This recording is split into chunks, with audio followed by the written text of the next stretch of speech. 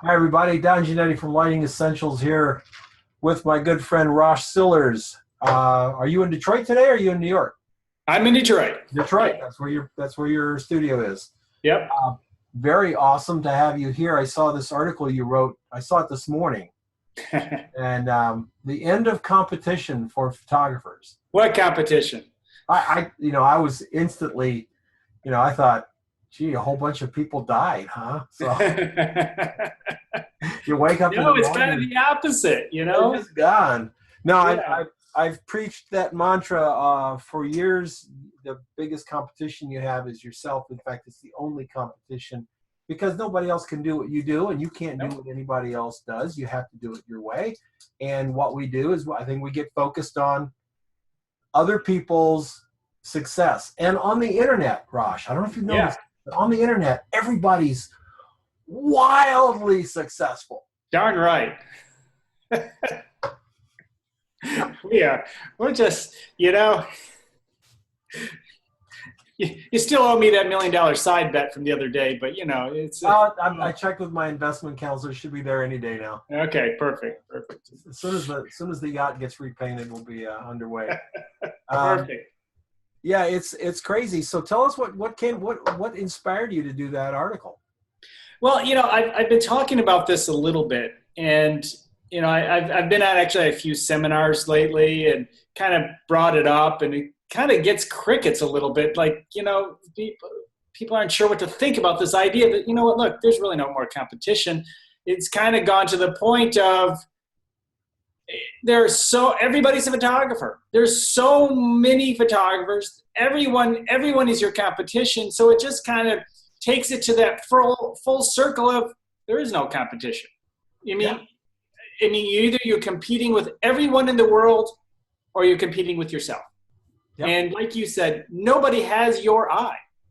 And so if you can drive yourself crazy or drive yourself out of business trying to compete with everyone else, or you can compete with really your only competition, which is you, and building your brand, which is your reputation. And if you can do that, look, there are still photographers who make tens of thousands of dollars a day.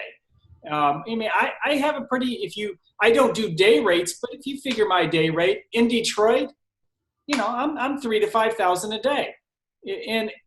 And that's Detroit. If I can do that, it's not New York. I'm sure New York is a different animal. Every city is a different animal. And, there are certainly some towns out there that $3,000 to $5,000, if you're trying to sell that, may not fly. And I get that. And I get notes from people all over town. I live in some little town in the UK, and there's no way it's going to happen. Okay. However, you don't have to offer poverty prices, and you certainly shouldn't be trying to race your way to the bottom. Exactly. You're not going to get 5,000 a day. I'm not going to mention any towns, but there are towns in the Midwest and in the Southwest where a $5,000 day rate isn't going to fly. But at the same time, other people doing similar jobs to those people in New York and are not getting that kind of money either. So there's a leveling out.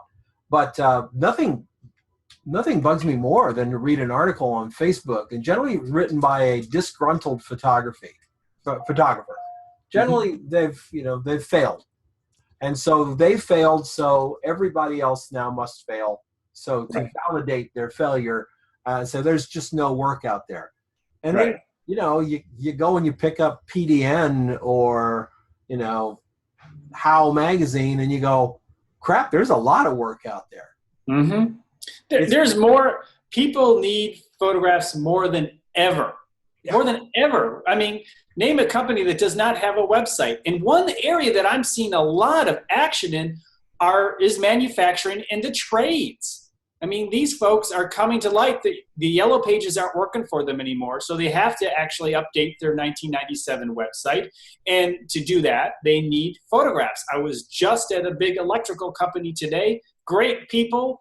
It's kind of a shop thing. They recreate big electrical engines, and I shot the whole thing this morning, and it was great.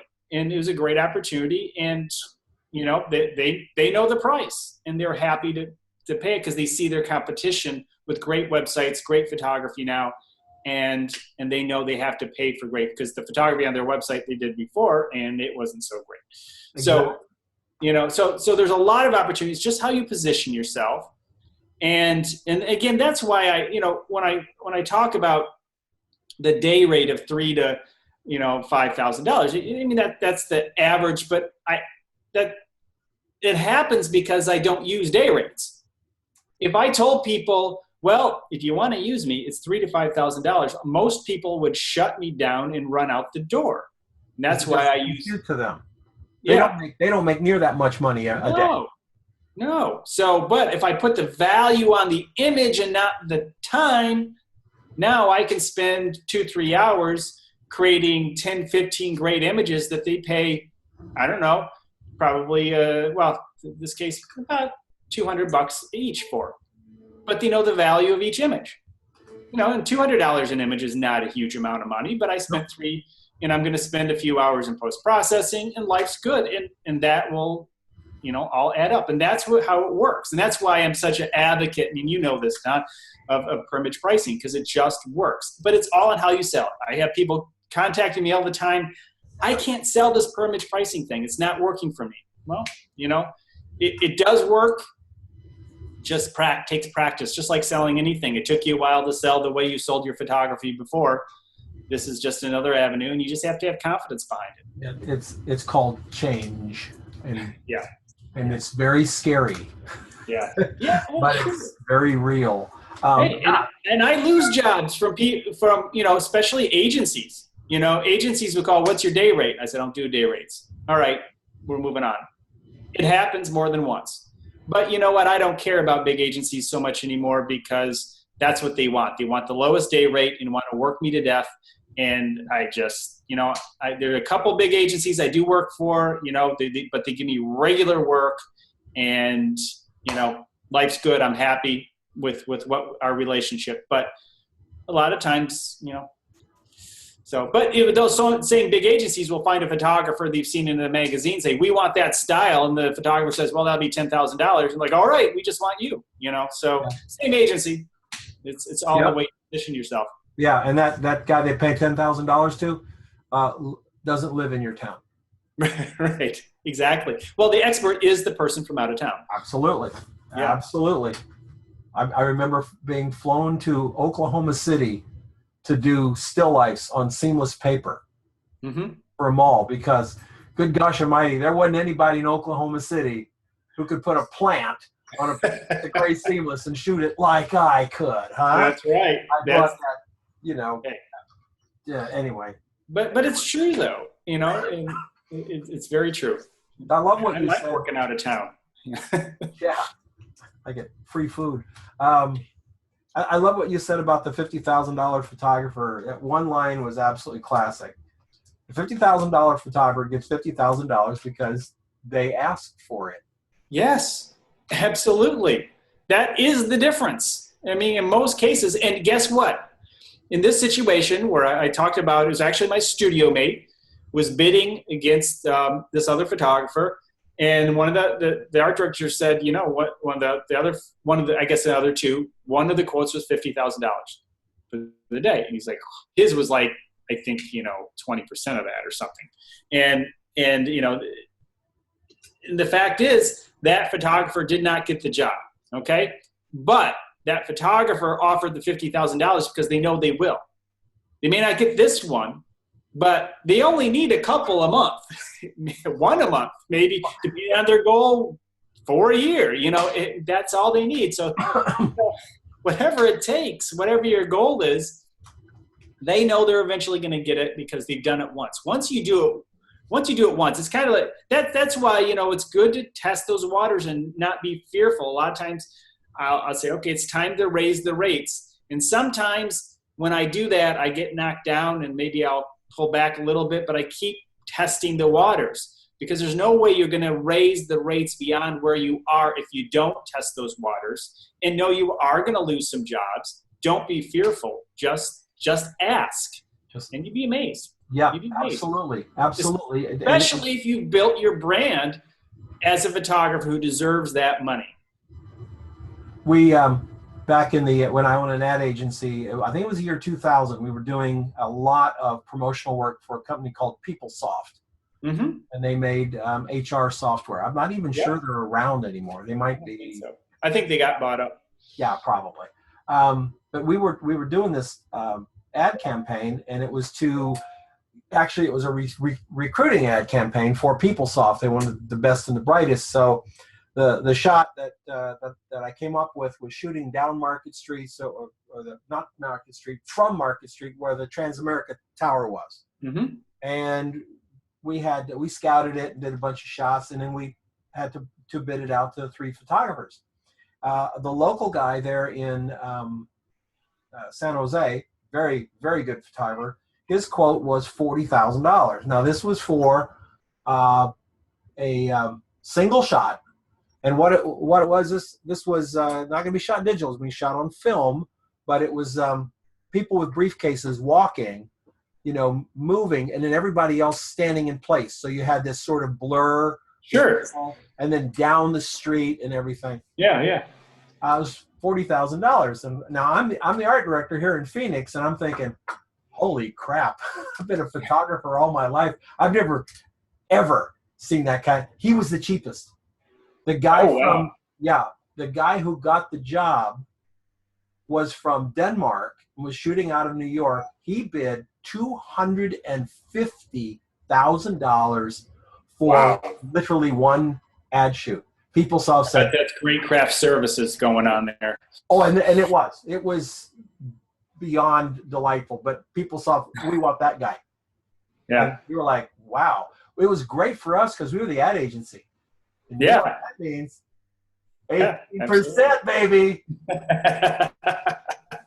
18% of that fee. We did the shoot, and he came in and had a crew there the day before. They got all the permits. It was a professional job. Absolutely. They actually power washed the street. They brought in power sprayers and got permission from the city of San Francisco to power wash the street there. It was amazing. And they got a really, really good photograph. The guys here in Phoenix would have been happy to fly over there and do all of it for $10K. Yeah, They power washed it themselves for $10K. Sure. But they didn't. They thought asking for $250,000 was ridiculous.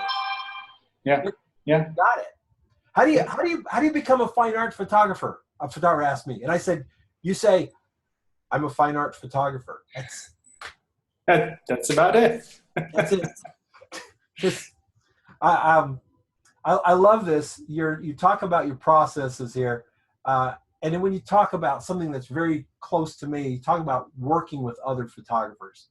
Yes. Other photographers be advocates and mentors and friends, etc. Yeah, absolutely. It's better for your industry.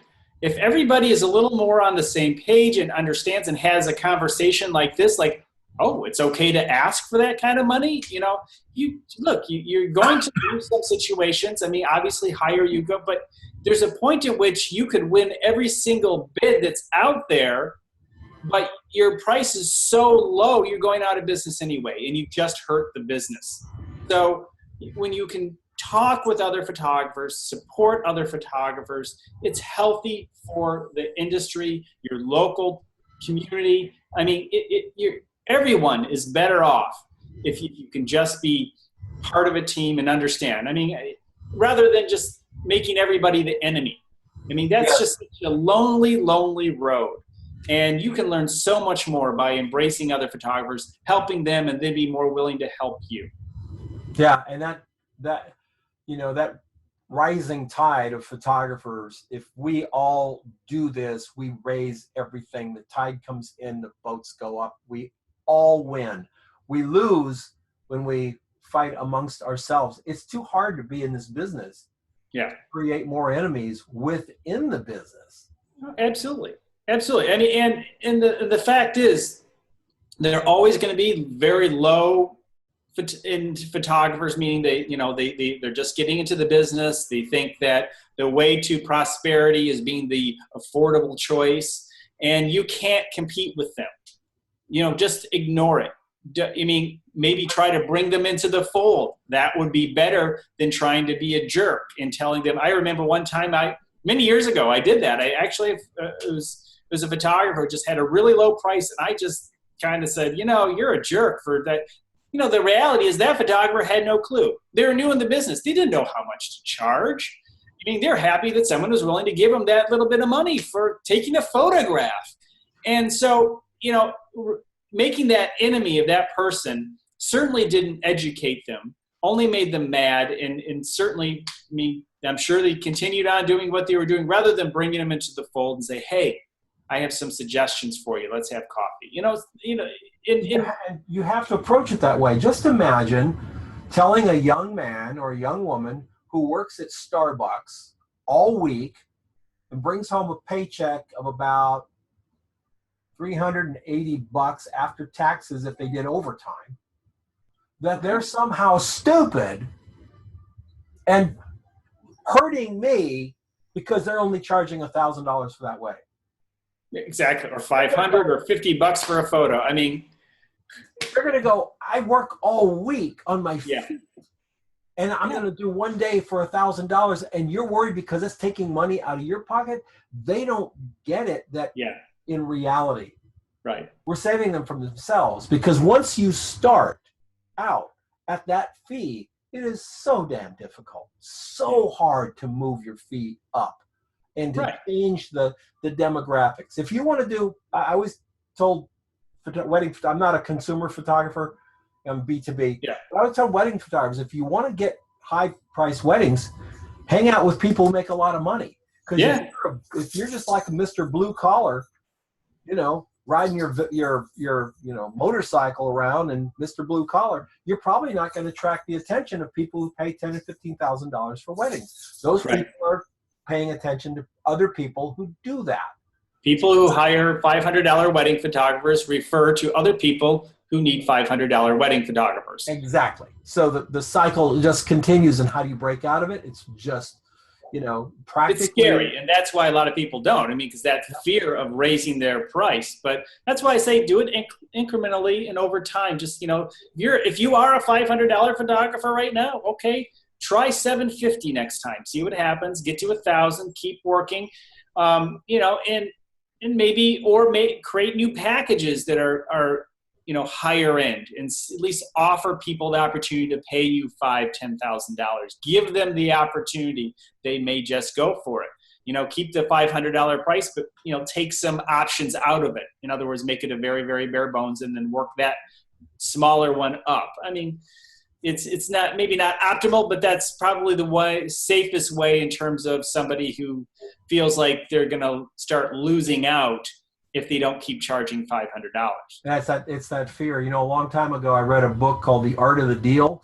I don't remember who wrote it. I don't know. Some guy. Some guy. He's probably slinging hash somewhere. But one of the best parts of that book, it's always stuck with me, is you can't negotiate if you're not willing to lose. Sure. It's not a negotiation at that point. If you're not willing to go, I'm just not right because I can't do it at that price. I just can't. Here's my hands, shake hands, have a great day. You want to go grab a bite? You're not mad. Nope. You're not upset. You just can't do that deal. If you can't do that when you're negotiating, then you're just basically begging for whatever they're going to give you. Right. Photographers get themselves into that mindset that, the clients are in charge. No. And that's the thing. Someone bids $5,000 for something and the client says no, and they lose the opportunity. Then they think, well, I can never bid $5,000 again. It's like, no, that is just that client didn't want to pay $5,000. They didn't see the value in what you offer. I can't tell you how many times I've lost a job, and you alluded to this, to somebody who doubled my price because their value, maybe their photography was better. That's very possible, but maybe their brand was better too. They had their reputation. It really does come back to brand so often, and I know photographers hate to hear it because it's that sort of ethereal thing. Right. I have my own feelings on branding. I'm also very, I think photographers spending $25,000 on a branding package, take it out and burn burn it, folks. I mean, burn the money. There your are brand is not your logo. No, it is. And that's what everybody thinks it is. Your brand is your reputation. That is your brand. Your logo, when someone sees your logo, they either feel something or have a memory of you or something. It's a reminder of your brand. But I and can your reputation. I can guarantee you, in the higher ranked areas of business, no one's ever lost a job because their logo was the wrong EMS color. It just never happened. No one's lost a job because their portfolio was in plastic sleeves. If your work is there and you are there, people skills are highly underrated in this business, and man, are they important. Absolutely. So relationships. I mean, it's relationships that keep my business going as much of anything. And I mean, obviously, I'm big into digital marketing. SEO is huge for me. I get a lot of work via SEO, but keeping those relationships going is, in other words, you bring clients in, but you don't want to keep losing clients too. You want to keep as many as possible and keep having return customers and keeping that going. And that's what's going to keep you going. And that's the relationship element. So I love what you said about the clients for which money is the only issue. Yeah. Right. For those clients, money will always be the only issue. Right. And you don't want them. that. Those are the clients who will use you for a month, and you think, wow, I'm really into these guys. They really like me. And then somebody comes in and they're $5 a day less, and they're going to go with them because the work doesn't matter. All exactly. Money. Yeah, no, I mean, and they will work you, and again, no loyalty. They'll work you, abuse you, and even probably give you less when it's time to get paid. I mean, these folks quite often it's really a tough way to go when people are only concerned about the money. When they're only concerned about the money, they don't care about the photographer or photography. They just know they need a photographer, and you become a commodity. And becoming a commodity is a hard way to run a business, especially this type of business. I would never tell somebody, because I don't know their financial situation. For some people, making $500 this week may be the difference between them making a house payment or not. I mean, sure. I don't know. So I would never say, don't do it. All I would say is do it with your eyes wide open. Absolutely wide open. Know that you're just doing it for the money. Don't bank on it. Don't get all excited about it. I know it's when you're starting out photography, every job you get is really exciting. But you have to weigh it in there and make sure that you start moving that price up incrementally. Force their hand before you just get in a situation where all of a sudden next week you have no jobs and you haven't been marketing yourself, which is that's a big self-imposed foul. But because you've been getting all this stuff, and now they just moved on to somebody else who gave them a better deal. Yeah, right. Who's also going to not make enough money to make their house payment. Right. Yeah, I mean, obviously, the prices here in Detroit are different than they are in New York and in a small town in Missouri. I mean, it is all relative throughout, and you do have to make judgments. But you also have to look at how much it really does cost for you to run your business. And the thing is, a lot of time, and I know you see this all the time, Don, too, is that somebody says, wow, someone gave me $100 to take a picture. And it only took me like 10 minutes and it was done. I made $100, And this has happened like 3 or 4 times over the last few months. And, and my friends tell me I have a great eye. I'm going into business and I'm going to do this. And then they wonder why they can't make any money because they've only made a couple $300 that month. And it's like, well, that's what you were doing before. And I'm going to segue that into the last part of your article, because that same photographer made $100. He spent $3,000 going to seminars on posing techniques, Lightroom. My favorite is Lightroom workflow. Yes. I'm sorry, I'm asleep. All of this, which lenses are sharper, they're agonizing over. They need that new Sigma Art 35 because their Canon 35 just isn't sharp like in the pictures. All of that. And then when you do something like your article here, you do some, and I know because I the same kind of articles, Rosh, that you do. Right. We don't get the hits. No. I got a YouTube channel and I noticed you just started a YouTube channel. We're going to drive some traffic your way. I got a YouTube. I don't get the hits if I did something on which is sharper, the Fuji X-T200 or the D850.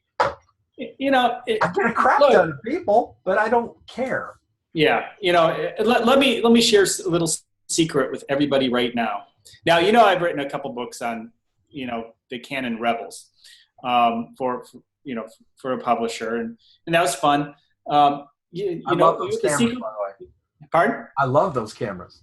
Oh, you know, you want to know a secret? I've done international campaigns with Rebels since I've written those books. When I did CreativeLIVE, the first CreativeLIVE I did, I was on a Rebel. Yeah. Because I wanted everybody to understand. I didn't say anything about it, but the chat room just like exploded. Is he on a Rebel? Where's his 5D? It's like, hey, it's about lighting, folks. It's not about this. Absolutely. Those sensors are awesome. And, you know, obviously good lens makes a difference. Sure. And, you know, lighting is awesome. Yes. You know, I have a 5D back there, but let me tell you, I pull out a couple Rebels and I'm downstairs, hook it up to the computer, put a good lens on it. It looks professional. I have had art directors from major agencies in my studio with a Rebel sitting on that tripod. And most of them don't care. The work they don't even care. What matters. I didn't mean to interject that. Go ahead. No, that's fine. They don't.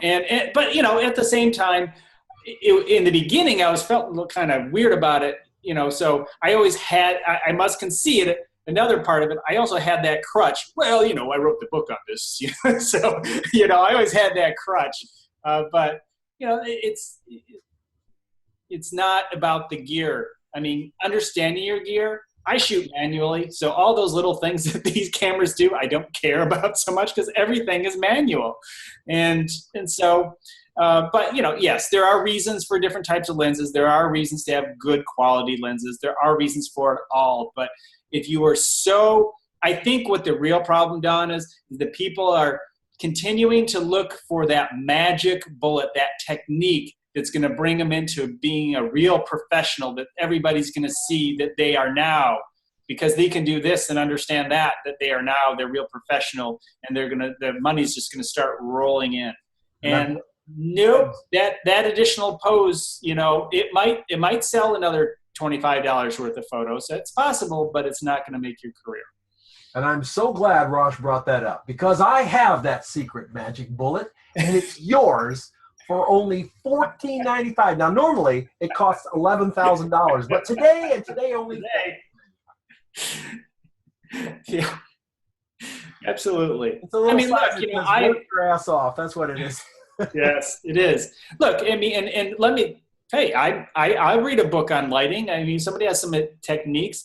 I'm gonna, you know, look on YouTube for a new Photoshop idea. Absolutely. I mean, we all have to continue the education.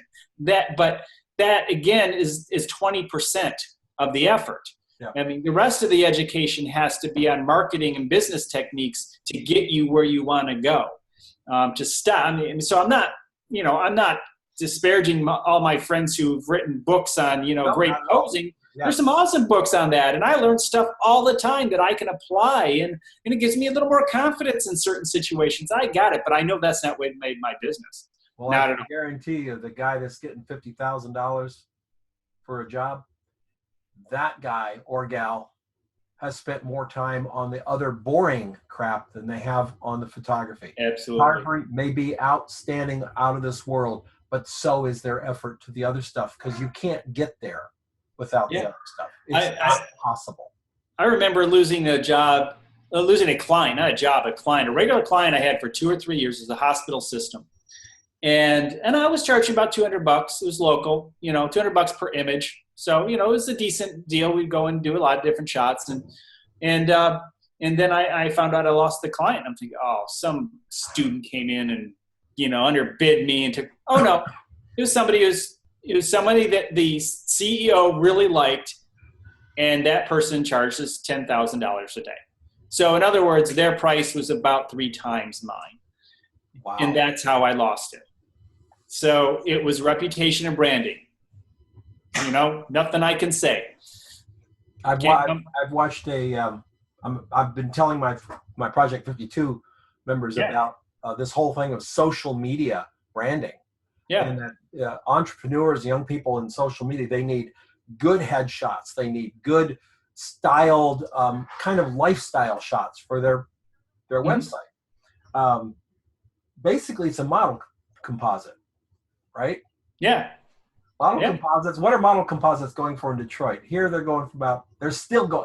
When I did them in the early 30s, I think. But when I did them, they were like $350. Today they're like, oh yeah, $350.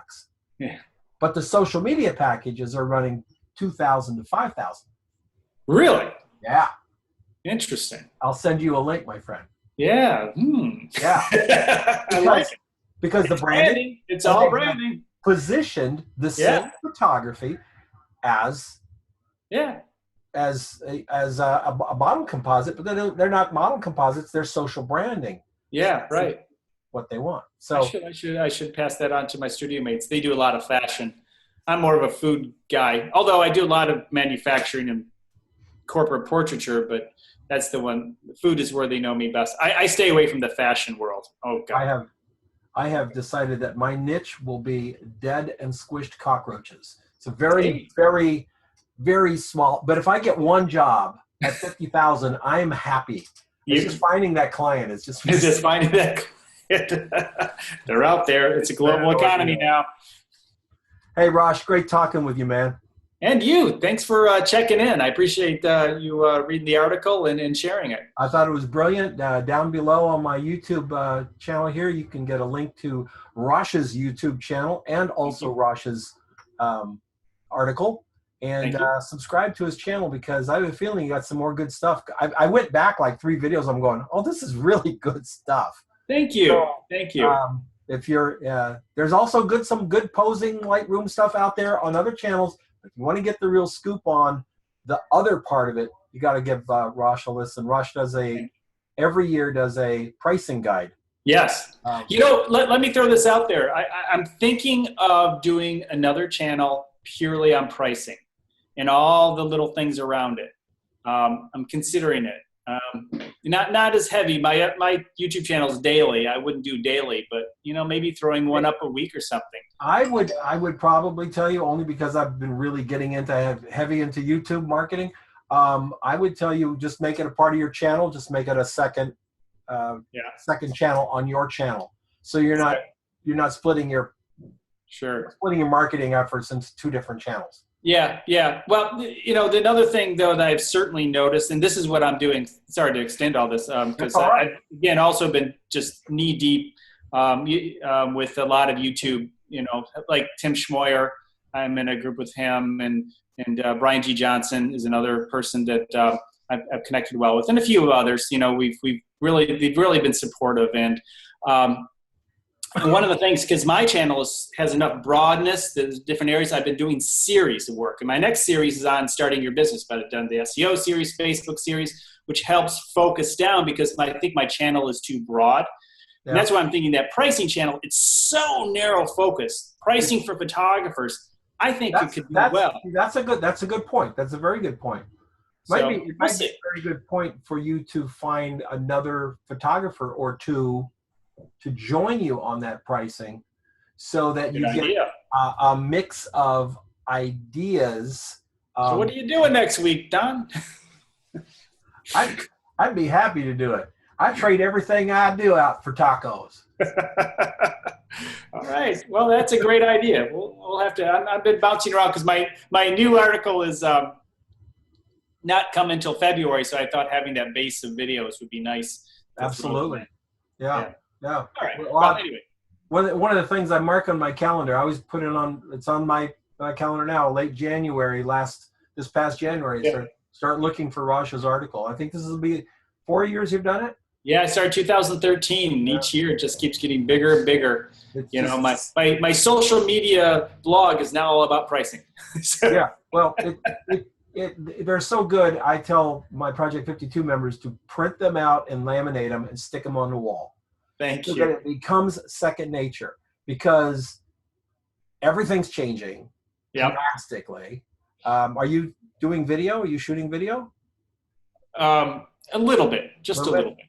Yeah, I've made the jump. I've made some good significant time into making video. I'm not a working commercial photographer as much as you are. I did that for a long 40 plus years. So, I'm kind of winding down and doing other things, but I'm really enjoying video. Yeah. Really enjoying video. Yeah. And the teaching, Project 52, starts again today, actually. Nice. Hey, it's been great having you, my friend. Hey, great being here. We'll talk with you soon. I look forward to it every time, man. It's really, really fun. Take care. All right. Bye.